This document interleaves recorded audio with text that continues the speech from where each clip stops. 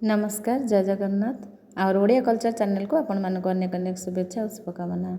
आज भिडियो रे आम रखा माँ वृंदावती किए बा तुलसी गछ संपर्क में किसी जाना कथा। चलतु आम भिडियो स्टार्ट करवा।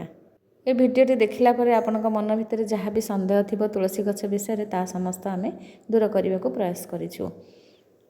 माँ वृंदावती बा तुलसी गछ को आम के रखा, तुलसी गछ को जितेबाला आम जल अर्घ्य प्रदान कर मंत्र देदेबा आउ केउं दिन आम तुलसी गछरे जल देवा उचित केउं दिन उचित नुहे, तुलसी माला पिंधिबा उचित कि नहीं, तुलसी गछ को आम घर केउं दिगरे लगेबा उचित, तुलसी वृक्ष को केउं माने जल देवा उचित, एपरि अनेक गुड़िए प्रश्न ये समाधान ये वीडियो माध्यम आपण माने जानि परिबे। चलंतु आरंभ करिबा।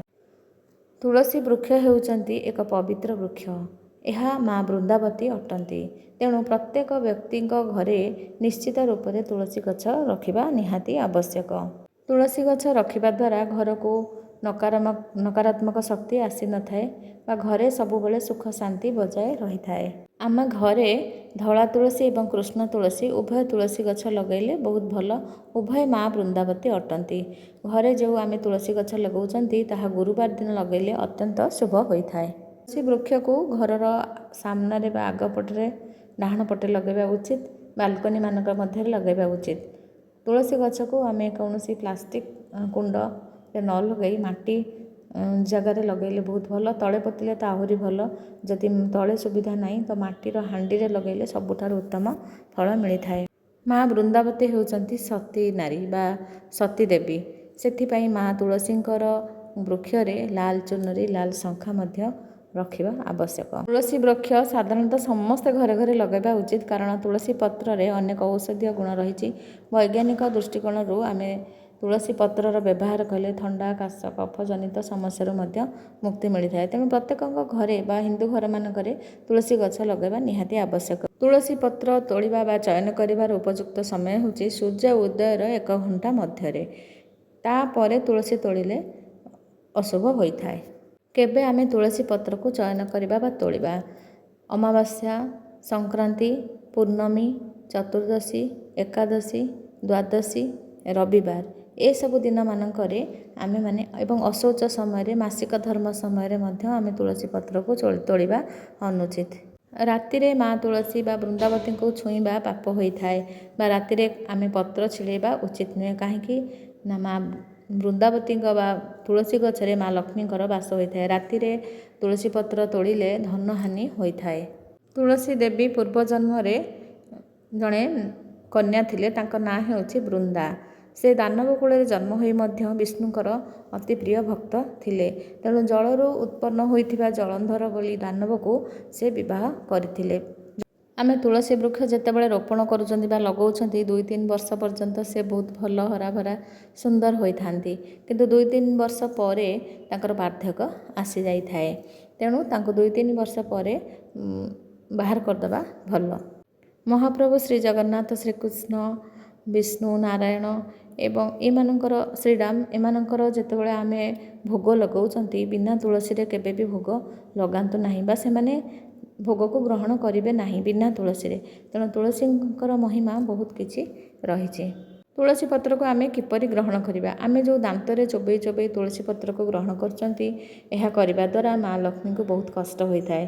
तेणु तुलसी पत्र को आराम रे आपण माने गोटे पत्र सहित ढोकी देले बहुत भल होता है। तुलसीर मंजरी बा मंजी हेउची माँ वृंदावतींकर नख सदृश।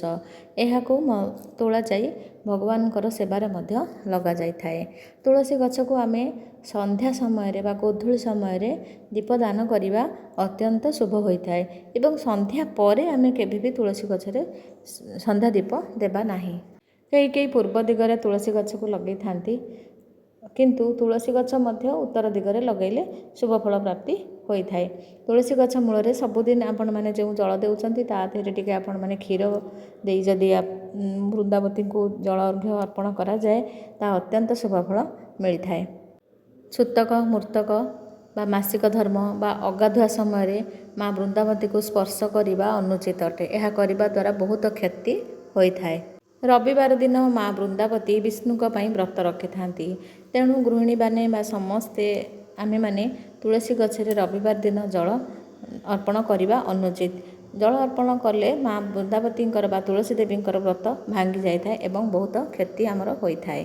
କାହାର ମାଙ୍ଗଳିକ କାର୍ଯ୍ୟ ବା ଶୁଭ କାର୍ଯ୍ୟରେ ଆପଣମାନେ ଯଦି ତୁଳସୀ ଗଛ ଉପହାର ଦିଅନ୍ତି, ଏହା ଅତ୍ୟନ୍ତ ଶୁଭ ହୋଇଥାଏ ଏବଂ ଆପଣଙ୍କର ଏବଂ ଦେଇଥିବା ଲୋକଙ୍କର ମଧ୍ୟ ବହୁତ ଭଲ ଫଳ ମିଳିଥାଏ। ଓଁ ଐଂ ହ୍ରିଂ ଶ୍ରୀଂ କ୍ଲିଂ ବୃନ୍ଦାବତୀ ନମଃ ଏହି ମନ୍ତ୍ରରେ ଉଚ୍ଚାରଣ କରି ଆମେ ମା ବୃନ୍ଦାବତୀଙ୍କୁ ପୂଜା କରିପାରିବା। ବୃନ୍ଦାବତୀଙ୍କୁ ପୂଜା କରିବା ସମୟରେ ଆମେ ମନ୍ତ୍ର ଦ୍ୱାରା ତାଙ୍କୁ ସମର୍ପଣ କରିଦେବା। ମନ୍ତ୍ର ଦ୍ୱାରା ମା ବହୁତ ପ୍ରସନ୍ନ ହୋଇଥାନ୍ତି। ତୁଳସୀ ଗଛ ଯେତେବେଳେ ବେଶୀ ବୁଢ଼ା ହେଇଯାଉଛି ବା ପାର ହେଇଯାଉଛନ୍ତି, ତ ତାଙ୍କୁ ଆମେ ଏମିତି ସେମିତି ସ୍ଥାନରେ ପକାଇବା ନାହିଁ ଯେଉଁଠିକି କାହାର ଗୋଡ଼ ବାଜିବ ବା କିଏ ତାକୁ ମାଡ଼ିକି ଚାଲିଯିବ। ସେଥିପାଇଁ ମା ବୃନ୍ଦାବତୀଙ୍କୁ ଯେତେବେଳେ ଚଉରା ମଧ୍ୟରୁ କାଢ଼ୁଛନ୍ତି, ତାହା ନଦୀରେ ଭସେଇ ଦେଲେ ଭଲ ହୋଇଥାଏ। ସେଥିପାଇଁ ଦୃଷ୍ଟି ଦେବେ। ତୁଳସୀର କାଠିକୁ ଆପଣମାନେ ମାଳା କରିକି ମଧ୍ୟ ପିନ୍ଧିପାରିବେ ଏବଂ ତୁଳସୀ ଗଛର କାଠିରେ ସଧବା ନାରୀମାନେ ସିନ୍ଦୁର ମଧ୍ୟ ଧାରଣ କଲେ ପତିବ୍ରତା ହୋଇଥାନ୍ତି ଏବଂ ସୌଭାଗ୍ୟବତୀ ମଧ୍ୟ ହୋଇଥାନ୍ତି।